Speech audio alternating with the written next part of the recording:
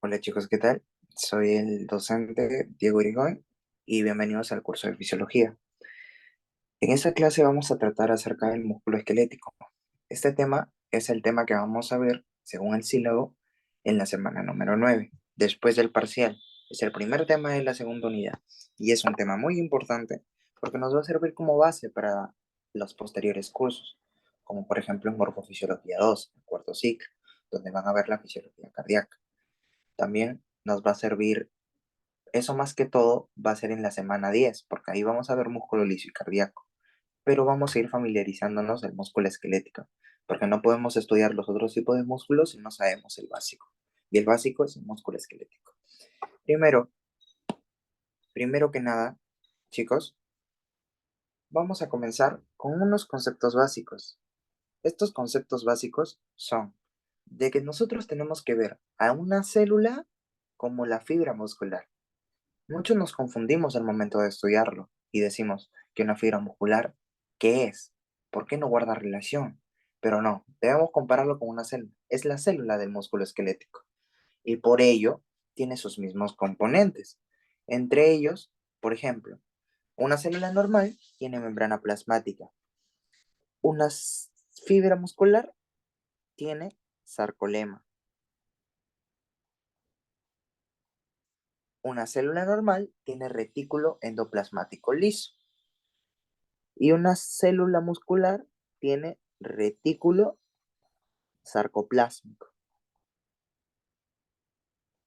Una célula tiene citoplasma, una fibra muscular tiene sarcoplasma y una célula tiene músculo, perdón, tiene citoesqueleto. Este citoesqueleto va a estar presente también en la fibra muscular, pero es un citoesquelético especializado. ¿A qué me refiero con esto? Que va a tener muchas proteínas, proteínas de las cuales las características son que son contráctiles, pero también tiene proteínas no contráctiles, ¿ok? Eso también es algo que tenemos que diferenciarlo bien y lo vamos a ver en un toque más adelante. Miren, miren chicos, este esquemita básicamente nos trata de resumir cómo es la subdivisión del músculo esquelético.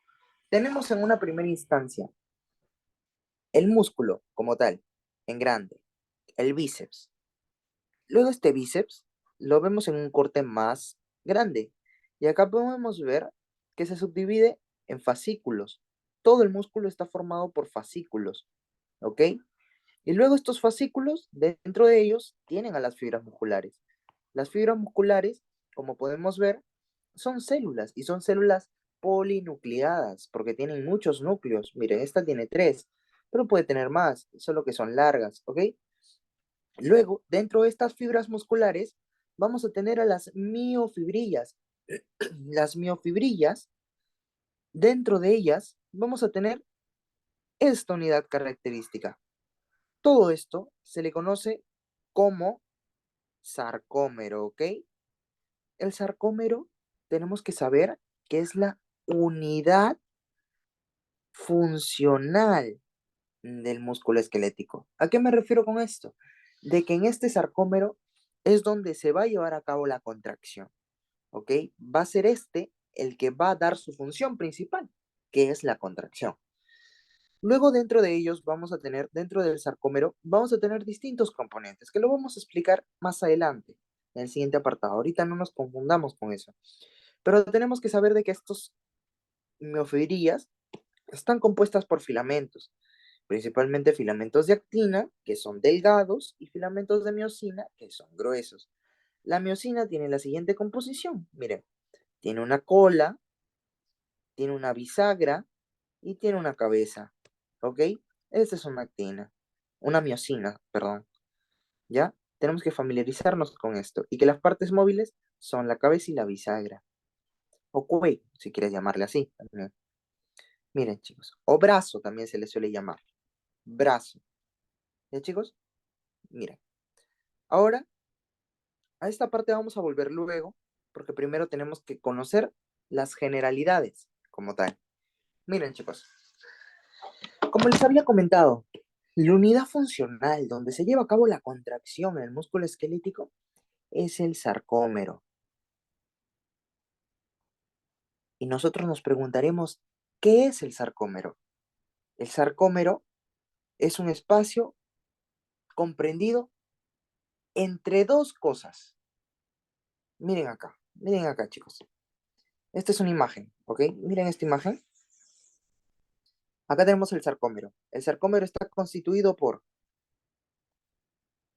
filamentos delgados, filamentos delgados, filamentos gruesos, ¿ok? Y está comprendido entre dos cositas. Miren, si se dan cuenta. Estas cositas azules. ¿Qué son? Son discos Z. Los discos Z no son más que uniones. Son uniones comunicantes. ¿Ok? Estas uniones van a marcar los límites del sarcómero. Por ello, nosotros decimos de que el sarcómero también es el espacio comprendido entre dos discos Z. ¿Ok, chicos? Ya, tenemos en clave eso. Ahora otras generalidades, la microscopía óptica y la microscopía electrónica. A la microscopía óptica, ¿cómo lo vemos? Vemos un aspecto estriado. Un aspecto estriado. ¿Y quién le da este aspecto estriado al músculo? Los sarcómeros que tiene. Estos filamentos, ¿ok? Estos filamentos le dan el aspecto estriado. Y en la microscopía electrónica vamos a ver que van a haber dos tipos de bandas. Bandas oscuras y bandas claras. Las oscuras también se les conoce como anisotrópicas y las claras como isotrópicas. ¿A qué me refiero con esto? Porque isotrópicas se refiere a que la luz del microscopio electrónico, la luz polarizada, las atraviesa fácilmente. ¿Y por qué las atraviesa fácilmente? Porque tiene menos capas que atravesar. Entonces, por lógica, ¿por quién estaría compuesta estas bandas claras? Por los filamentos delgados o de actina. Mientras que las oscuras son anisotrópicas, o sea, que no les trasposan la luz, rebotan la luz. ¿Y por qué? Porque tiene más estructuras que atravesar. Tiene filamentos gruesos y no solo filamentos gruesos, también hay superposición de los filamentos de actina. Porque miren, chicos, acá los vamos a ver, acá los vamos a ver, ¿ok? Acá está. Acá podemos ver a la banda A son más oscuritas. Acá tenemos a la banda I son más claras. Las banda I, ¿quiénes tienen? Tienen actina. Las banda A tienen miosina más actina. Pero miren, si se dan cuenta, esta zona de acá está más oscura que esta. ¿Por qué? Y a esta se le conoce como zona H. A todo esto es la zona H. Es la zona H. ¿Y por qué está más clara? Porque acá, en la zona H, solo hay miosina. La actina ya no se llega a superponer ahí. ¿Ok? Y luego en el medio tenemos una línea central que es la línea M, que esta siempre va a estar constante. Eso es en un músculo relajado. Y si se dan cuenta, miren, en un músculo contraído ya no hay zona H. ¿Por qué?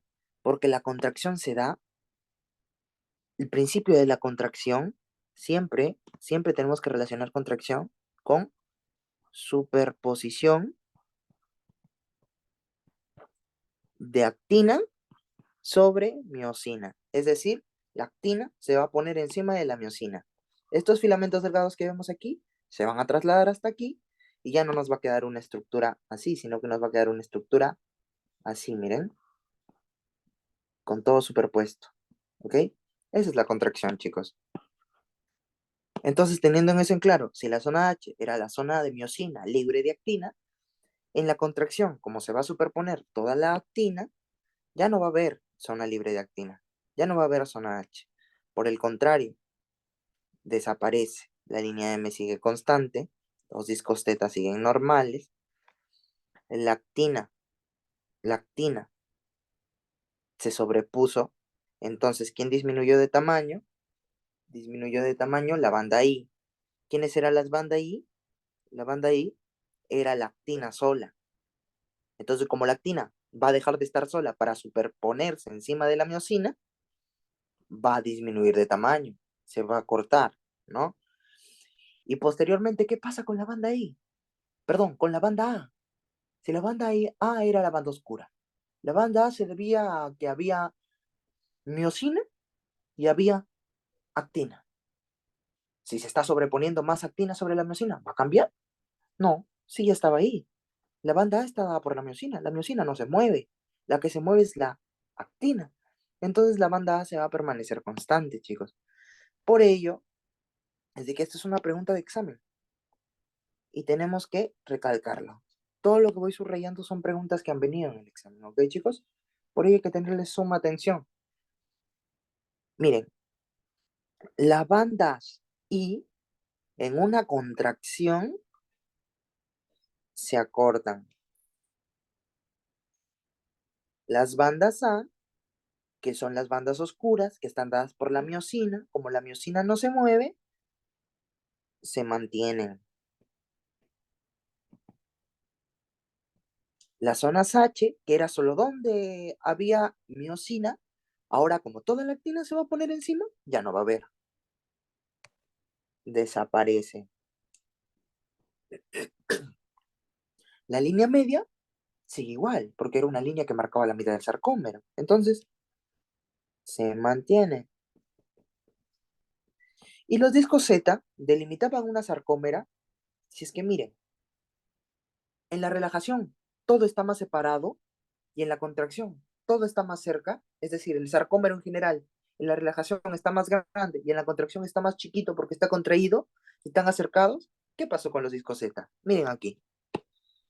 Esta es la relajación. Este es un disco Z, este es otro disco Z. Están separados, ¿no? Pero miren ahora en la contracción. Están más juntos. Porque en la contracción no solo es superposición de actina y miosina, sino que se superponen por un porqué. Y acercan los discos Z. Y por ello es que acabamos de poner que se aproximan. Ok, chicos. Esta es una parte que tenemos que tener muy en claro y es muy importante, ¿ok? Porque viene en pregunta de examen. Luego vamos a ver acá las proteínas conformantes. Miren, los filamentos de actina, yo les expliqué que había filamentos de actina y había filamentos de miosina.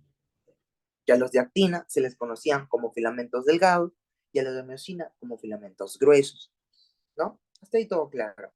Pero miren, chicos, estos los he puesto de rojito por una razón, ya este de azul por otra razón. Porque el filamento delgado no solo está compuesto por actina pura, el filamento delgado está compuesto por la actina y por, que es la proteína contráctil, y por dos proteínas no contráctiles, que son la tropomiosina y la troponina. Estos tres corresponden al filamento delgado y este solito al filamento grueso. ¿Ok, chicos? A eso se le conoce filamento delgado y filamento grueso. La actina, hay dos. La actina globular, que es la actina G, que son como bolitas, que se van uniendo unas a otras y conforme se unen van a formar una cadena y esta cadenita se le conoce como actina F. ¿Ok? Cada actina F tiene sitios activos, que no son más que nada moléculas de ADP unidas a la actina. ¿Ok? Ya. Luego vamos a las proteínas no contráctiles. Como su mismo nombre lo dice, no se contraen. ¿Pero qué hacen? ¿Por qué están? Tienen un propósito. La tropomiosina recubre estos sitios activos, porque estos sitios activos son mucha afinidad por la cabeza de miosina. Es decir, si estuviera libre, la cabeza de miosina se uniría siempre a la actina y generaría siempre contracción. Pero no queremos eso, ¿no? No queremos eso. Siempre todo tiene que estar en un ciclo. Contracción, relajación. Y así. ¿Ok, chicos? Entonces, para ello necesitamos la unión de la tropomiosina, que esta función también ha venido en examen. Y por último tenemos a la troponina, que también la recalco porque es muy importante. Porque, miren chicos, la troponina es una proteína trimérica. ¿Trimérica qué significa? Que tiene tres componentes, tres conformantes. La troponina I, la troponina T y la troponina C. Como su mismo nombre lo dice, La I de inhibición. ¿Por qué? Porque se une a la actina. También se une al sitio activo. También recubre este sitio activo. Por ello, ¿quién es el que recubre al sitio activo? ¿Quién lo inhibe? El complejo troponina y tropomiosina, ¿ok? O sea, los dos. Luego tenemos a la troponina T, que se une a la tropomiosina, T de tropomiosina, y la C, que se une con el calcio, es muy afín al calcio, y esta es la que va a marcar la contracción. Porque miren, chicos, si es una proteína trimérica, supongamos de que llega calcio a la troponina, ¿ok? Acá está la troponina. Llega calcio, una molécula de calcio se une, ¿y qué hace? Lo jala. ¿Y cómo lo jala? Esta jala la de tropiomicina y esta jala la que se une a la actina y dejan al sitio libre, lo dejan libre. Y como lo dejan libre, la miosina se puede unir. ¿Ok, chicos? Eso es lo que pasa. Y acá como lo podemos ver, miren. Acá llegaron las moléculas de calcio, lo jalaron y ya dejaron libre este huequito. Ya. Luego tenemos en el filamento grueso a la miosina. La miosina está caracterizada por tener 6 cadenas, 2 pesadas y 4 ligeras. Las 2 pesadas se van a unir así. Miren, chicos, acá están. Las cadenas pesadas se unen en zigzag, se unen y van a llegar a sobresalir y formar 2 cabezas. Y a cada cabeza se le van a unir 2 cadenas ligeras. 2 cadenas ligeras, ¿ok? Entonces una cadena gruesa, perdón, una cabeza está formada por una cadena gruesa y 2 cadenas ligeras. Una protrusión de la cadena gruesa y 2 cadenas ligeras. ¿Ok, chicos? Miren, seguimos así. Seguimos aquí hablando un poco de esto. También tenemos que saber que la miosina tiene 3 principales componentes: el cuerpo, el brazo y la cabeza. Esquemáticamente hablando, una miosina es así: cuerpo, brazo, cabeza. El que sigue de manera lineal a todas las fibras, el cuerpo. El que sobresale, el brazo. Y el que cuelga, la cabeza. La cabeza es la que va a tener afinidad con la actina. Y cuando se genera una contracción, se jala para abajo y esto es lo que libera el golpe, que es un golpe de energía. ¿Ok? Y eso es importante para que se dé la contracción. Y tenemos que conocerlo muy bien. ¿Ya, chicos? Ahora vamos a hablar de estos tres, que no los he puesto de negro porque sí, sino que tienen un motivo. Son proteínas de adhesión. ¿A qué me refiero con esto? Son de soporte, son proteínas estructurales. Estas de acá nos van a servir para que nosotros o para que el sarcómero esté fijado, cada elemento del sarcómero esté bien fijado, la contracción se dé de manera firme y por ello se dé de manera correcta. Porque si es que no tiene un soporte correcto, la contracción se va a dar a medias y no se va a dar bien. Y por ello es de que es muy importante. Y tenemos 3 tipos que también han venido en examen. Y tenemos que conocerlas: la titina, la alfa-actinina y la diftrofina. Miren, chicos, la titina es la proteína más grande estructural. Incluso se suele decir que es la más grande del cuerpo, estructuralmente hablando.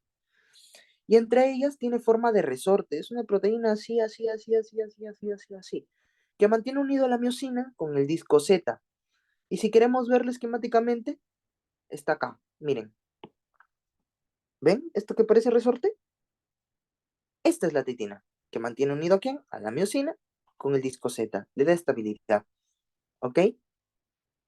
Luego tenemos a la otra proteína que es la alfa-actina, que une la actina con el disco Z.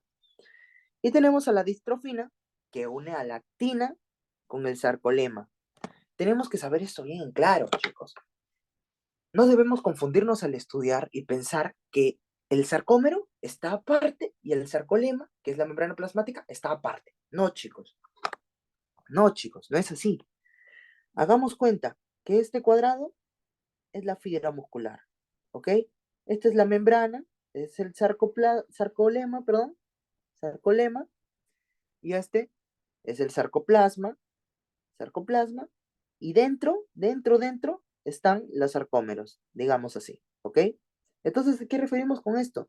Que el sarcómero está en el sarcoplasma, está dentro, y por ello es de que también tiene adhesión con la membrana, también tiene adhesión con el sarcolema. ¿Y esta adhesión por quién se da? Por la distrofina. ¿Ok, chicos? Entonces, teniendo en claro esto, miren, hay una patología que les pueden mencionar, y se llama distrofia de Duchenne. Esta distrofia hay una mutación de la distrofina y por ello es de que el paciente no puede hacer contracciones correctas y siempre sufre de ese daño, ¿ok? En eso se basa la distrofina. Es una afectación que afecta al cromosoma X, me parece, ¿ya? Tenerlo bien claro. Miren, acá me faltó explicarles algo que es importante sobre la miocina. Les expliqué que la miocina tenía estas dos partes, ¿no? Tenía un cuerpo, tenía un brazo y tenía una cabeza. El cuerpo es una parte firme, una parte constante, que no se mueve. Y el brazo y la cabeza sí se mueven y sobresalen. Miren, por ello es de que a este conjunto de brazo con cabeza se le conoce como puente cruzado. Y ese puente cruzado de miocina es el encargado de generar la contracción, el golpe de energía. Y en cada uno de los extremos donde se van a doblar, por así decirlo, se le conoce como codo o bisagra, ¿ok? Para que no se confundan esquemáticamente hablando. Acá podemos verlo también, miren, los puentes cruzados, la protrusión del brazo con la cabeza y las bisagras, que son la parte en donde se dobla, ¿no? Acá están los filamentos de actina. Como ven, la miocina interactúa. Cuando acá la actina ya se liberó de este sitio activo, va y se une la miocina con la actina. Y eso genera el golpe de fuerza. Ya, chicos. Ahora vamos a hablar de la superposición de filamentos. Les dije que la contracción y la fuerza de contracción estaba dada por la superposición de filamentos, por cuánto se superponían. Pero todo exceso es dañino, así como también el no hacer nada es dañino. El sobreesforzarte es dañino. Y el no esforzarte también. Entonces, ¿dónde encontramos la fuerza máxima, la contracción máxima? En un punto medio. ¿Ok? Como podemos ver acá, miren chicos. Acá está bien plasmado en esta gráfica. Acá podemos ver a la tensión generada y acá la longitud del sarcómero. Y acá tenemos a los ejemplos de cada uno. En el ejemplo D, es una fibra completamente relajada. Una fibra en la cual no pasa nada. Pueden ver que no hay ninguna superposición de actina. Esta es la actina, esta es la miocina. No hay ninguna superposición de actina sobre la miocina. Entonces, ¿ustedes qué creen? ¿Va a haber fuerza? No, va a ser cero. La fuerza acá va a ser igual a cero. En el C, miren, la actina, toda la actina, toda la actina, ya se unió con todas las miocinas posibles. ¿Ven? No hay ninguna que sobre. Sigue habiendo zona H, sí, pero sin embargo, los puentes cruzados, que son estas cositas que sobresalen, ya se unieron con la actina. Entonces, esta es la fuerza máxima. Esta ya es la fuerza máxima. ¿Ok? Y luego, en la B, miren, si bien todos los puentes cruzados también ya están unidos con la actina, esta se sigue superponiendo, pero no llega a superponerse entre ambas. Pero sí desaparece por completo la zona H. Ya no hay zona H. ¿Ok? Entonces acá también hay fuerza máxima.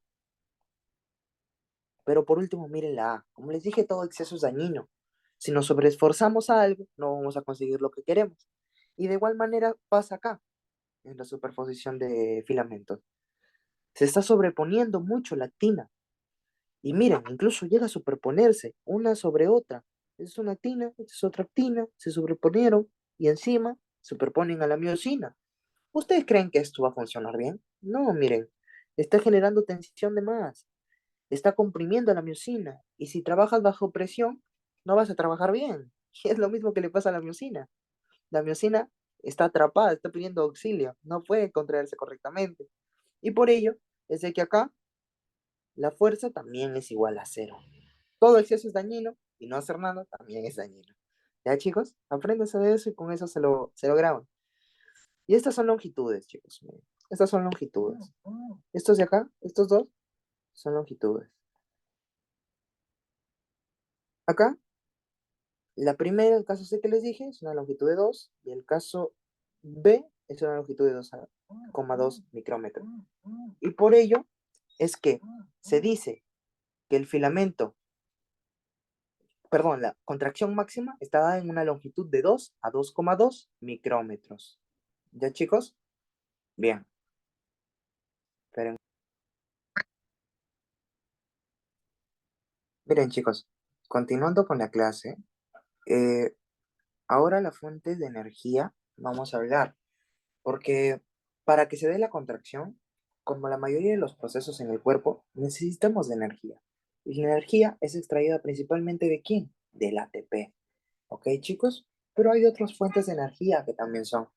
Pero tenemos que dar en cuenta de que al final de todo, a final de cuentas, todo va a ser del ATP. Pero miren, ¿por qué mencionamos estas cuatro principales fuentes de energía? Porque, chicos, la primera se refiere a las reservas del ATP del mismo organismo. Estas reservas de ATP son cortas y suelen durar de 1 a 2 segundos. Luego tenemos a la fosfocreatina, que tiene enlaces de alta energía, enlaces fosfato de alta energía, que al romperse también liberan energía. Y esto nos da energía para 5 a 8 segundos. Luego tenemos a la glucólisis, que la glucólisis, recordemos que es un proceso anaerobio. Entonces nos va a dar energía para 1 minuto, a lo mucho. Mientras que el metabolismo aerobio, completo, con la fosforilación oxidativa, va a darnos metabolismo para horas, energía para horas.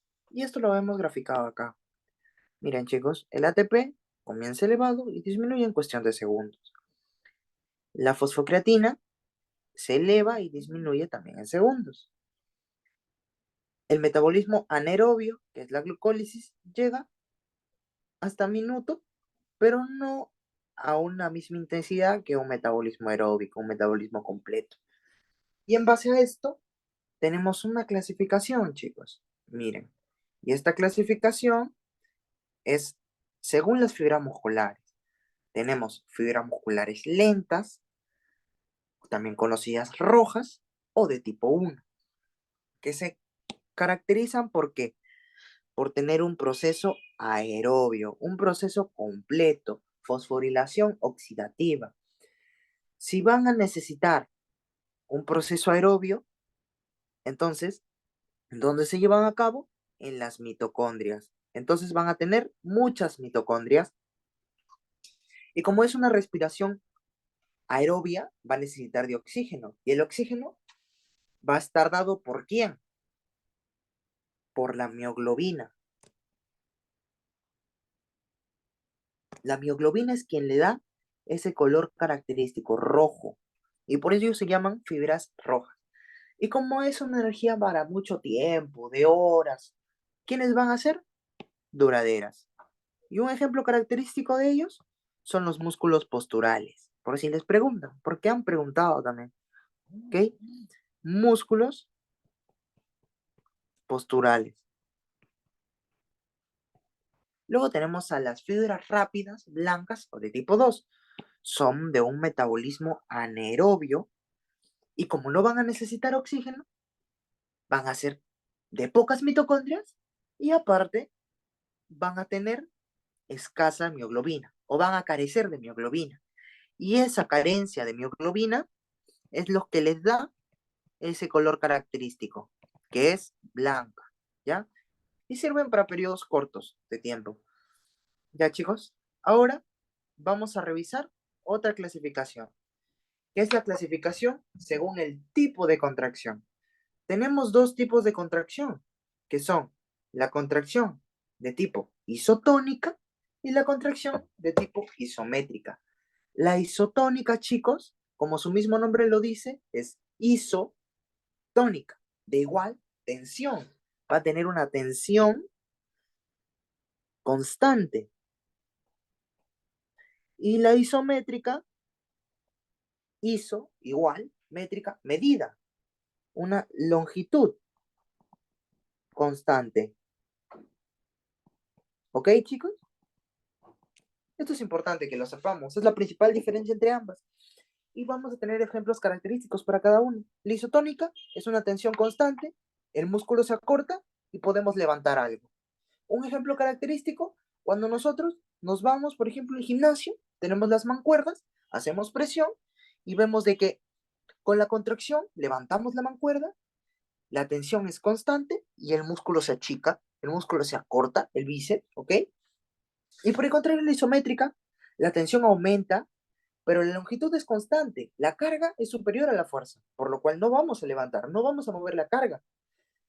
Por ejemplo, y el músculo va a seguir del mismo tamaño. Un ejemplo característico de ello es cuando vamos al mercado, cargamos las bolsas de compra, el músculo sigue igual, no lo levantamos, no se achica, no se acorta, simplemente lo mandamos a una dirección constante, pero sin embargo vamos haciendo tensión, la tensión va aumentando. ¿Ok, chicos? A eso se refiere. Y acá está el ejemplo, miren, la imagen. En la isotónica, igual tensión, pero el músculo se achica. Y en la otra, igual medida, no se achica, pero la tensión aumenta. ¿Ya? Ahora vamos a pasar a hablar de lo que es la unidad motora. Miren, chicos, la unidad motora está constituida más que nada por la unión neuromuscular, es decir, la unión de las fibras nerviosas con las fibras musculares. Una característica del músculo esquelético y de las fibras musculares es que una fibra muscular está inervada por una terminación nerviosa, por una fibra nerviosa. Pero sin embargo, una sola fibra nerviosa puede inervar a muchas fibras musculares. ¿Ok? Eso hay que tenerlo en claro. Es decir, miren, acá tenemos, por ejemplo, un punto, una fibra muscular, acá otra fibra muscular, otra fibra muscular, otra fibra muscular. Viene la misma fibra nerviosa, inerva 1, 2, 3, 4, 5. Pero sin embargo, cada una de estas fibras musculares está inervado solo por una fibra nerviosa. No es que le venga otra, no es que venga otra por acá, no es que venga otra por acá. No, no, no. Es una. ¿Ok, chicos? Ya. Y ahora, viendo un poco más esto. Miren, esto es a lo que corresponde a la unidad motora.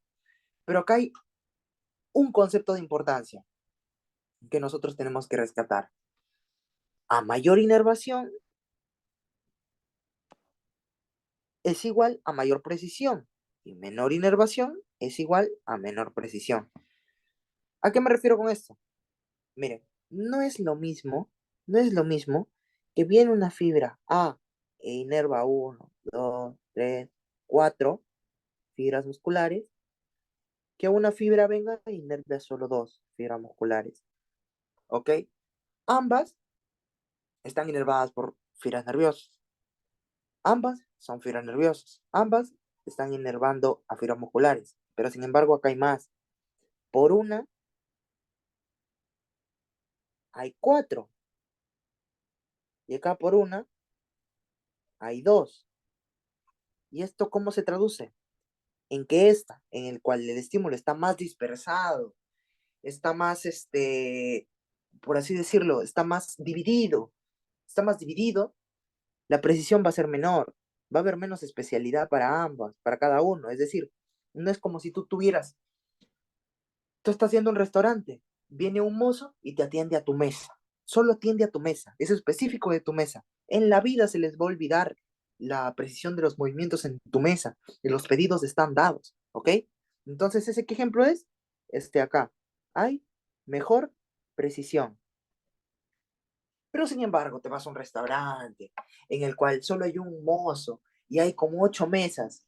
Va de mesa en mesa y se le olvida el pedido. No es tan específico, no es tan sensible, no es tan preciso. Y eso es lo que está pasando acá. Por eso es que hay menor precisión. Es algo que debemos de rescatar bastante, chicos. Eso es un concepto que nosotros tenemos que rescatar. ¿Ya?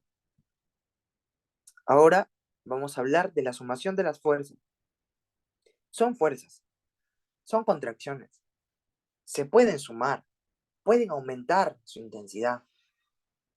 Y hay dos principios en los cuales se pueden basar: la sumación de fibras múltiples y la sumación de frecuencias. La sumación de fibras múltiples obedece a un principio, que es de tamaño. ¿Y a qué nos hace alusión? A que mientras más pequeño sea el estímulo, primero va estimulando a fibras pequeñas. Y conforme crece el estímulo, estimula a las más grandes. Y todo va en cadena.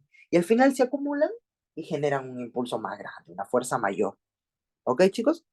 Y la sumación de frecuencias tiene que ver con el tiempo en el que se van dando. No es lo mismo que haya una contracción aquí y otra acá, a que haya otra aquí y otra aquí y otra aquí y otra aquí.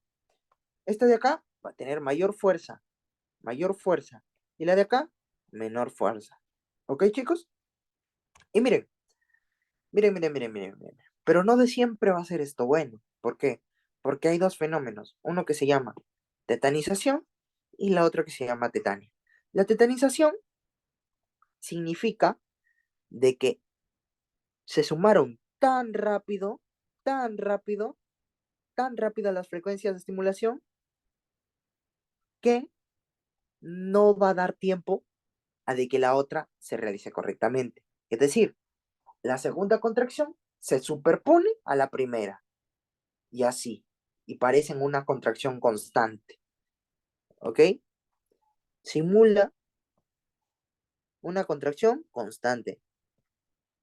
Y la tetania es un fenómeno ya patológico en el cual el músculo está en un estado contráctil constante porque hay ausencia de relajación.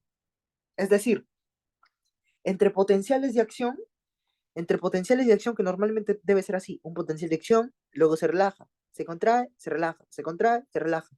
Acá debe haber mucho calcio, acá debe haber poco calcio, acá mucho calcio, acá poco calcio.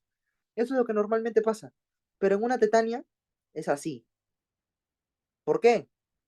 Porque en lo que normalmente eran los estados de relajación, que son estos de acá, el calcio sigue aumentado.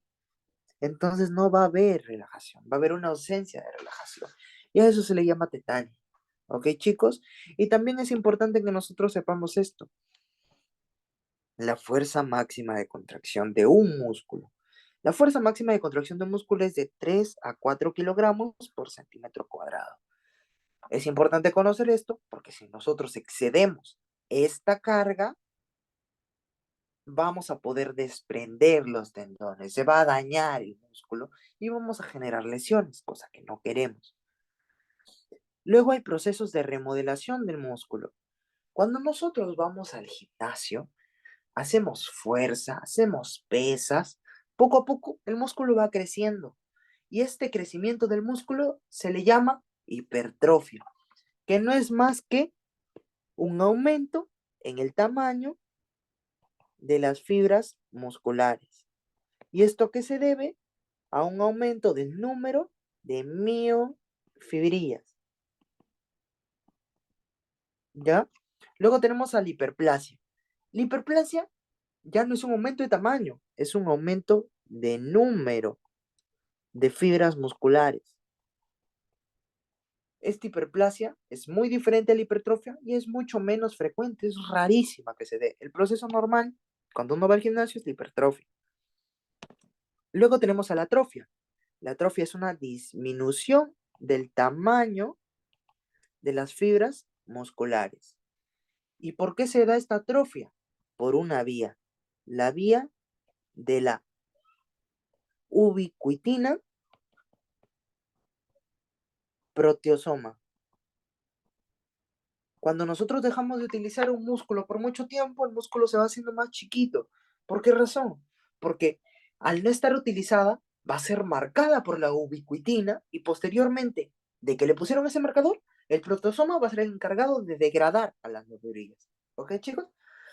Luego vamos a tener otro, que es cuando hay una mayor longitud del músculo. Y este es principalmente por la distensión del músculo. Distensión del músculo, y el proceso, el mecanismo es que se añade o quita sarcómeros. Eso es cuando se estira el músculo o cuando se acorta. Cuando se estira, se añaden sarcómeros. Cuando se quita, se desaparece. Y por último tenemos a la denervación. La denervación es cuando el músculo deja de estar inervado. Y como deja de estar inervado, deja de funcionar. Y como deja de funcionar, va a ser marcado por la ubiquitina. Y luego va a ser degradado por el protosoma. ¿Y esto qué se le conocía? Como atrofia. Entonces, la denervación causa atrofia por destrucción de las fibras. ¿Ok? Y acá podemos verlo. Miren, este es un músculo normal. Un músculo atrófico es más reducido. Estos son ejemplos de células que es equivalente a lo que sucede con las fibras musculares porque son células también. ¿Ok? Y miren, la atrofia se redució de tamaño, en la hiperplasia aumentaron de número, en la hipertrofia aumentaron de tamaño, y esto de acá no les van a preguntar ahora, pero bueno, para que lo sepan, metaplasia se refiere a un cambio de epitelio y al displasia se refiere a un cambio de forma, a un crecimiento anormal de las células. ¿Ok? Ya. Ahora vamos a hablar del auge del tema, la excitación del músculo esquelético y la contracción. Esto es un proceso, todo es un proceso. Primero que nada, tiene que desarrollarse un potencial de acción. El potencial de acción llega a la neurona y al llegar a la neurona, miren, se va a generar primero una apertura de canales de calcio activados por voltaje. El calcio ingresa.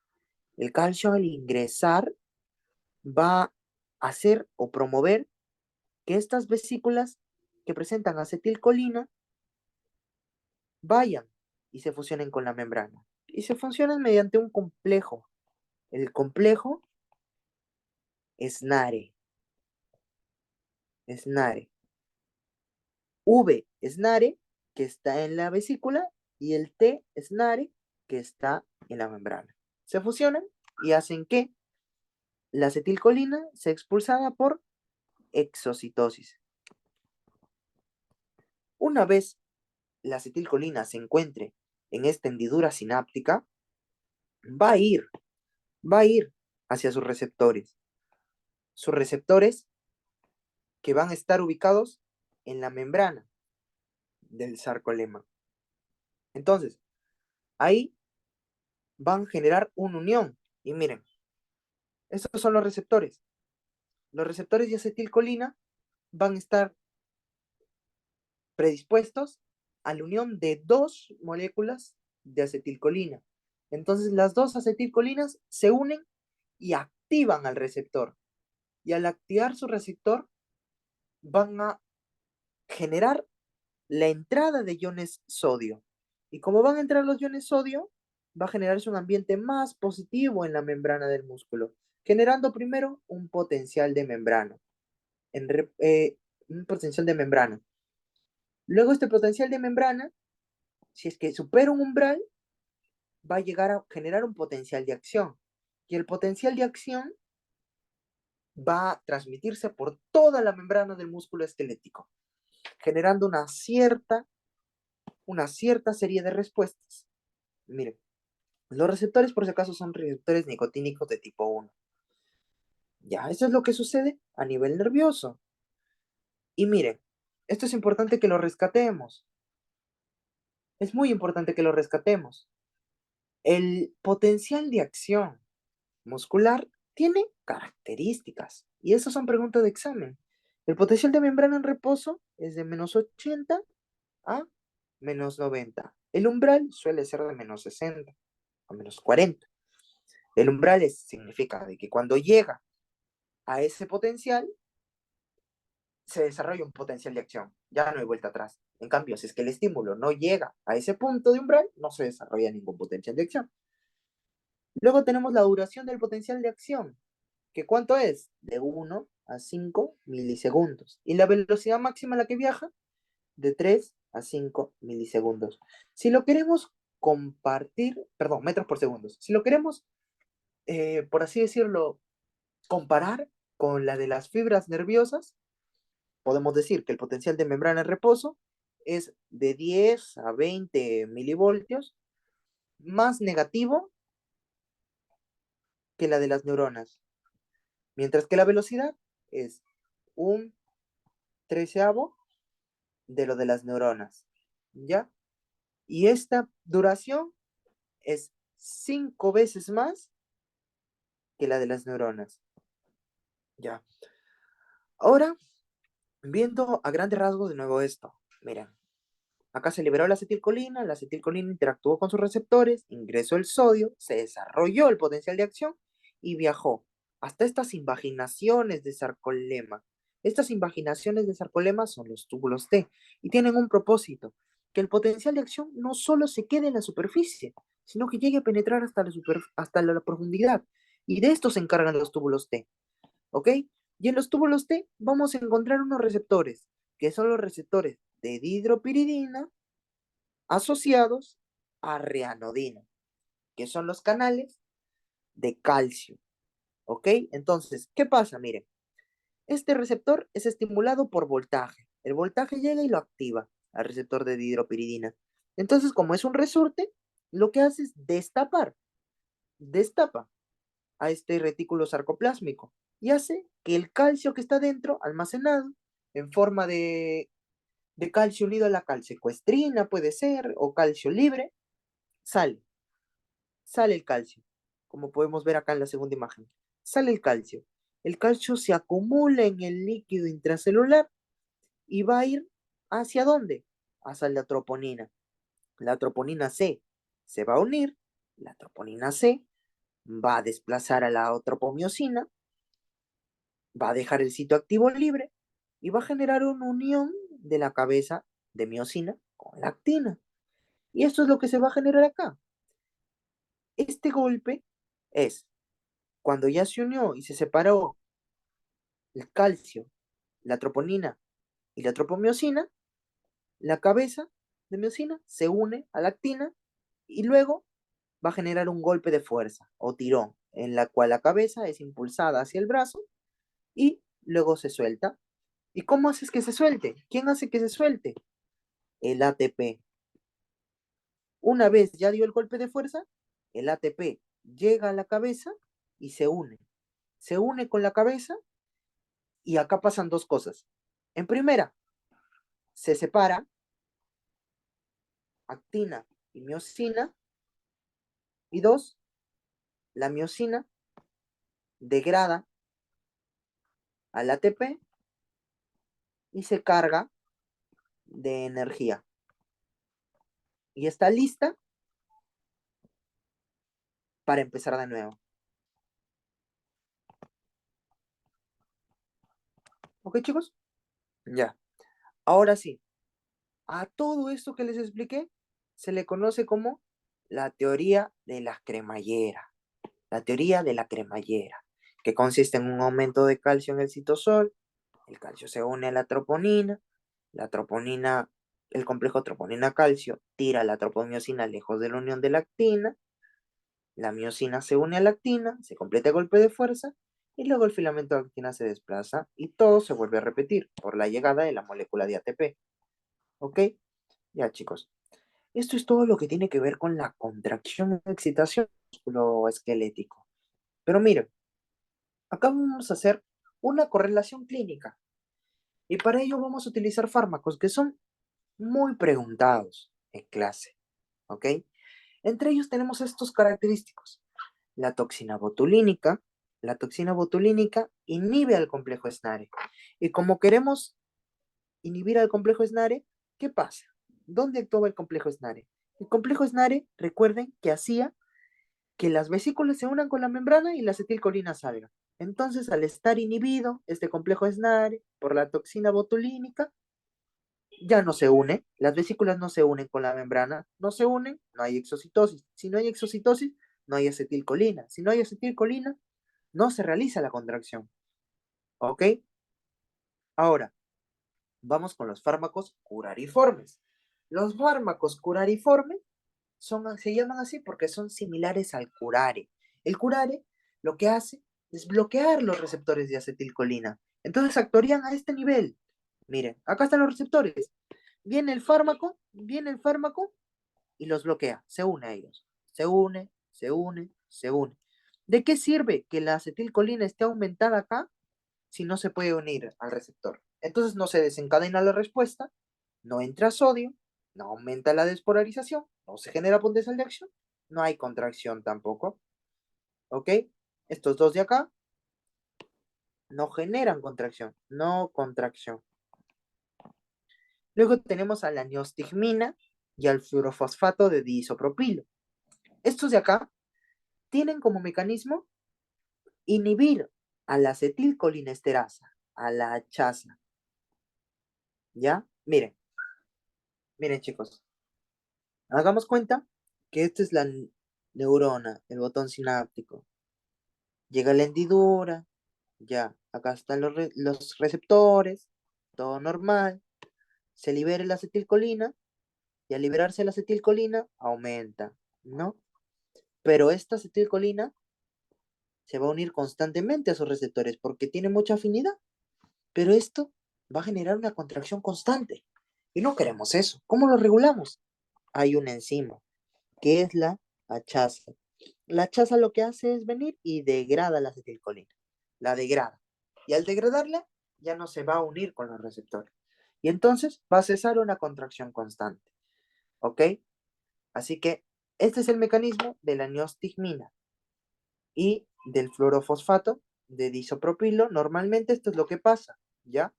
Pero miren, estos de acá son inhibidores de la acetilcolinesterasa. Entonces, ¿qué hacen? Vienen y ¡pum! Lo inhiben. Inhiben a la chasa.